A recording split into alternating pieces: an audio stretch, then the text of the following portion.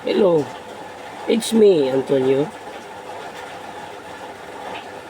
Shout out sa mga followers ko. Shout out sa mga nagla-likes at sa mga nagko-comments din. Lalo na sa Facebook at sa YouTube. Guys, tingnan nyo itong dalawang itong dalawang fuse, guys. Putok lahat ito, dalawa. Ibig sabihin yan, nagka-problema doon sa speaker.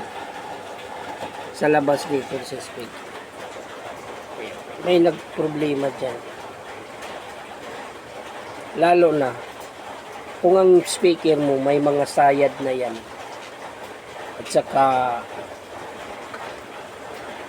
medyo magasgas na yung boses niya, yung speaker. Didikit yan sa gilid ng yung tinatawag natin yung sa inner core ng diaphragm ng speaker coil.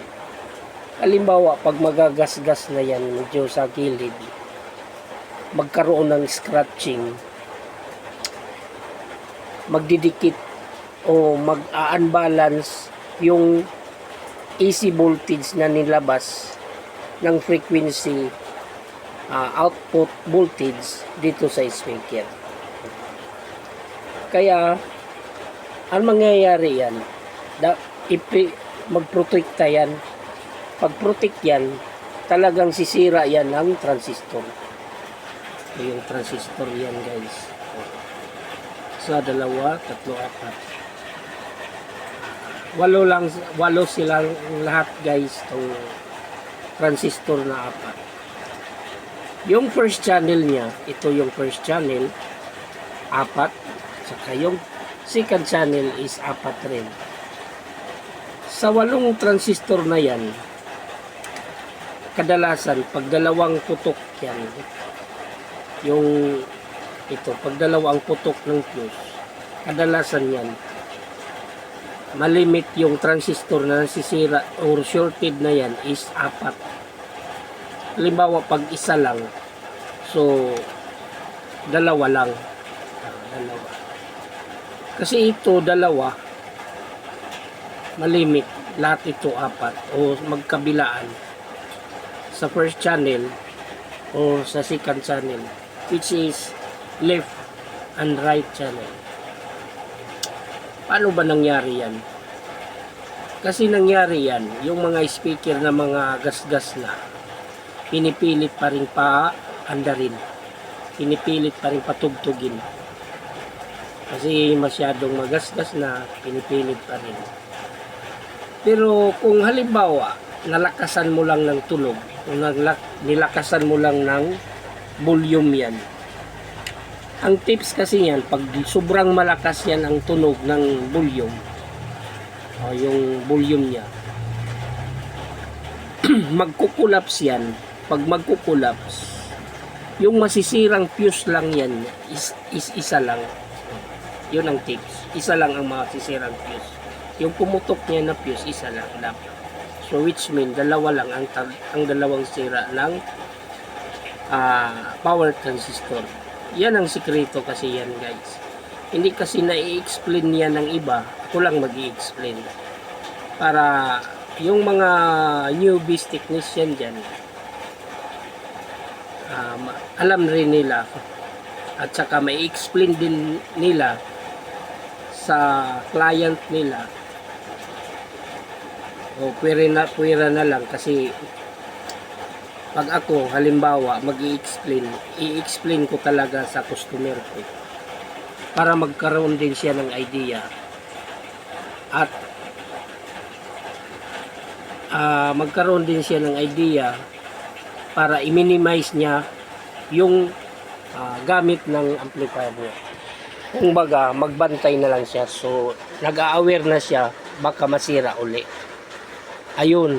Kasi halimbawa, pag hindi mo ini-explain, ang mangyayari yan, yung may-ari, lagi niyang i-full yung audio niya hanggang babalik naman sa iyo tapos bumalik naman sa iyo, back job talaga, o kasi magbabayad siya uli ng pisa lang, para depende lang sa technician yan. Halimbawa kasi ako, pag mag-back job, yung piyesa lang yung pinabayaran ko, pero yung service charge ay hindi. Kalimitan kasi pag halimbawa ginagamitan ko to ng explanation, naintindihin nila at saka hindi na bumabalik ulit. May tips na kasi para sa mga kliyente, paano ba gawin yung paggamit ng mga unit nila, lalo na yung mga amplifier na sobrang lakas, at saka yung konti-konti yung boses lang, di okay lang naman. Pero halimbawa kasi pag yung amplifier mo kinagamit mo sa video 5 or karaoke bar, tinutudo niya lang, yun ang mangyayari. So yan lang guys, yung tips yung tips kasi na ganyan, hindi malimit ng ibang technician na i-explain paano ba gawin. So shout out sa mga technician dito na mga newbies. Shout out din kay Pio Acampado ng San Franz. Wilcris technician yan. Kasi ako, Wilcris technician din ako dito sa Siargao. So, lahat ng mga Wangji company kasi ako. Tapos,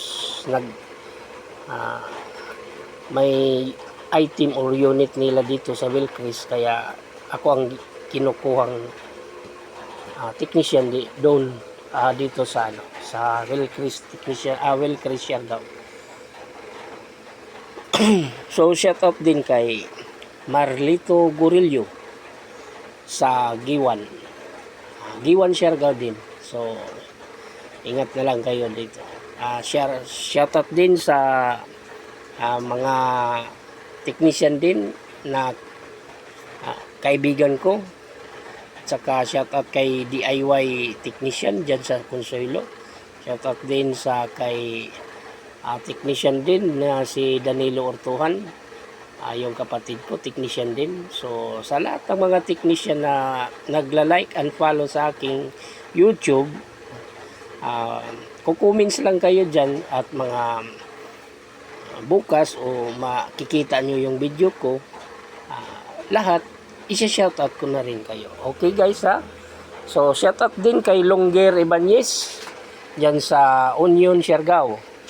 Shoutout kay Danas Gerald sa may Konsolasyon. So shoutout din sa kay Alfred Di Guzman dyan sa Magsaysay, Siargao din. So lahat na lang tayo guys Ingat na lang tayo. Okay? Thank you. It's me Antonio once again. This is your host. Have a nice day. Thank you for having with me, and have a nice weekend.